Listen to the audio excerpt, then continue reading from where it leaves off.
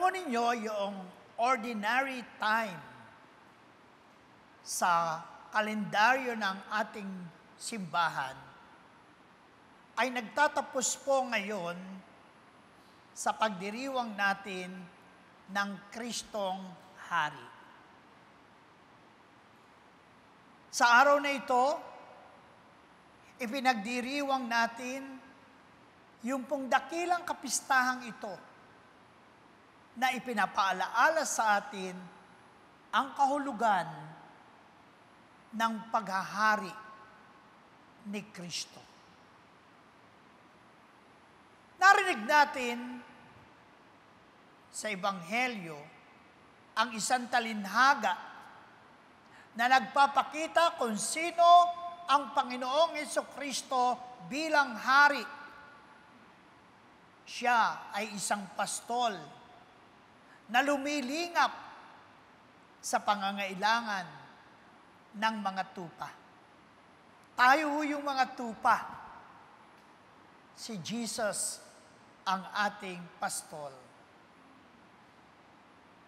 Brothers and sisters, sa ating pong Ebanghelyo, si Jesus bilang haring pastol ay nagpapaalaala sa atin at nagtuturo ng mga mahahalagang bagay sa buhay natin bilang Kristiyano.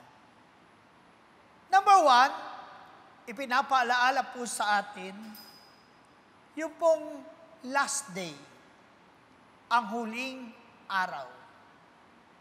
Paalaala sa atin ni Jesus at turo niya sa atin na sa huling araw, siya po ay muling babalik para tayong mga tao ay kanyang hukuman. We will be judged. But of course, nobody knows when that will happen. That will be the final judgment. That will be the day of reckoning. But always bear in your mind that Jesus will come as a king who will judge us not by fear, but by love and mercy. Totoo po yun. Na ang Panginoong Jesucristo, darating siya bilang hari. Hindi tayo dapat matakot sapagkat siya'y makakaharap natin bilang ating Panginoon na merong habag at awa sa ating lahat. Hindi niya tayo tatakutin. At sa araw na iyon, narinig natin ang Ebanghelyo na ibubukod niya yung mabuti sa masama. Gaya daw ng isang pastol na ibinubukod yung mga tupa sa mga kambing. Matthew 25:33, He will put the sheep on His right and the goats on His left. Ang mga mabuti ay magkakamit ng buhay na walang hanggan. Ang mga mabubuti ay makakasama ng Diyos sa langit, sa kaharian. Samantala, ang mga taong masasama at nagpapakasama ay parurusahan. Matthew 25:46, The wicked will go away to eternal punishment, but the righteous to eternal life. So, my dear friends, brothers and sisters, ito po ang mangyayari on the day of judgment. That's why the question is, are you ready for this?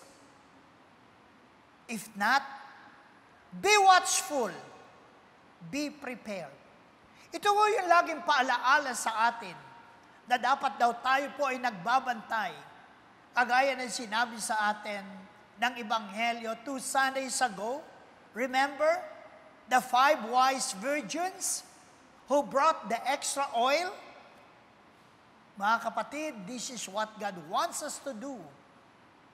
That to be prepared is to bring an extra oil of forgiveness, an extra oil of love, an extra oil of compassion, so that at the end of the day, we will enter God's kingdom. Amen po ba?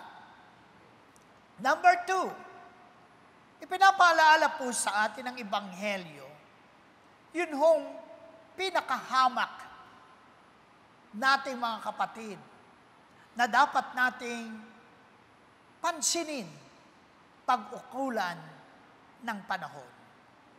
Sino po yung pinakahamak? Sila po yung kapwa nating nakalimutan ng lipunan. They are those deprived of the basic needs like food, shelter, and clothing. Literally, they are the poorest of the poor in our midst. At sa panahon natin ngayon, napakaraming mga taong ganito ang kondisyon ng buhay. Hirap na hirap sa buhay. Mga taong dapat nating bigyan ng pansin, mga taong dapat nating tulungan. Sa huling paghukom, haharap tayo sa ating Panginoong Jesucristo. Tatanungin niya tayo, nakatulong ka ba sa mahihirap? Nakapag-abot ka ba ng pagkain sa mga nagugutom? Pinakinggan mo baga ang mga taong naghahanap ng pansin at kalinga? Mga kapatid, kay Kristo, usisain natin ang ating mga sarili. Sabi nga pong ganyan ni Saint John of the Cross, at the end of our life, we will be judged on love. Love, pagmamahal, ito ang batayan para tayo mapapasok, para tayo mapabilang sa kaharian ng Diyos. And like Jesus, we must care for them. Don't give up to love and care for the poor and for those who have less in life. Naalala ko po ang kwento sa buhay ni Saint Martin of Tours. He is the saint of charity. Saint Martin of Tours, minsan, habang siya po ay naglalakbay bilang sundalo, hindi pa po siya nung Kristiyano, nakakita siya ng isang taong talaga namang ginaw na ginaw sapagkat panahon noon ng snow winter. Yung tao ay walang saplot. Walang tanging may bibigay si Saint Martin. Ang kanyang ginawa, hinati ang kanyang balabal at ibinigay doon sa tao na talaga namang giniginaw. Nung gabi, sabi sa kwento ng kanyang buhay, habang siya'y natutulog, siya ay nanaginip.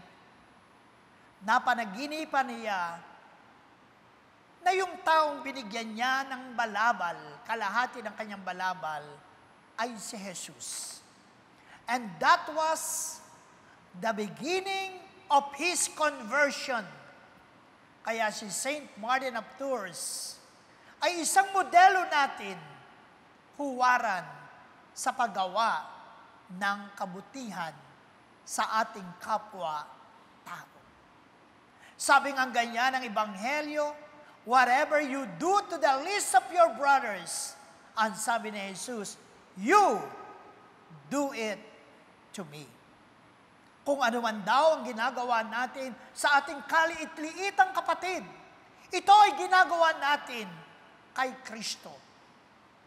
Brothers and sisters, huwag nating kakalimutan ang pagtulong sa kapwa, ang pagbibigay ng ating atensyon at pagmamahal sa kanila.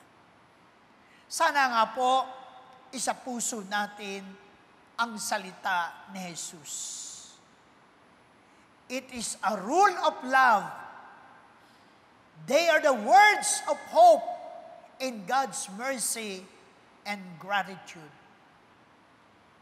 Sinasabi ko sa inyo, nang gawin ninyo ito sa pinakahamak sa mga kapatid kong ito, ito'y sa akin ninyo ginawa.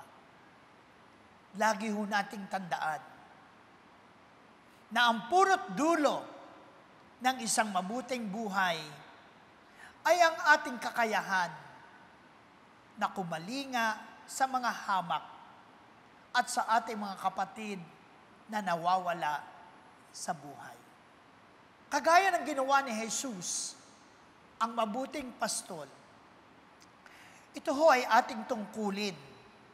Lahat ho tayo. Para nang sa ganoon, sa huling araw, pagharap natin sa ating Panginoong Jesus, ang Haring Pastol, maangkin natin ang kanyang salita.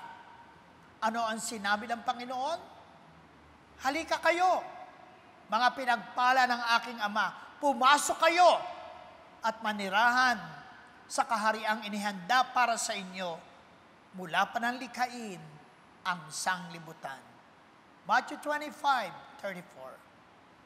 Kaya, let's take these words of Jesus in our hearts. Mga kapatid, hindi po bagat sa pagsasapuso natin, sa pagsasabuhay natin ng salita ng Diyos na ating narinig sa araw na ito, dito natin may pagdiriwang ang Kristong Hari ng mayroong kahulugan sa buhay nating mga Kristiyano. Mabuhay ang Kristong Hari. Amen. God bless you. Please bow your head, close your eyes. Lord, maraming salamat sa mga paalaala mo sa amin na sa dulo ng buhay, we will be judged on love. Help me, Lord, to have that caring and loving spirit na lagi kong tingnan ang pangangailangan ng aking kapwa, lalo tigit ang mga mahihirap, ang mga nangangailangan, ang mga taong nawawala sa tamang landas. Yes, Lord. Baguhin mo ako. Naway ako'y maging isang mabuting Kristiyano na may pagmamahal, awa at habag para sa aking kapwa. At sa dulo ng buhay, naway ako'y makasama sa mga pinagpala ng Diyos at makiisa, makibahagi sa kagalakan ng langit. In Jesus' name, we pray. Amen. Amen. Amen. Amen. Amen. Amen.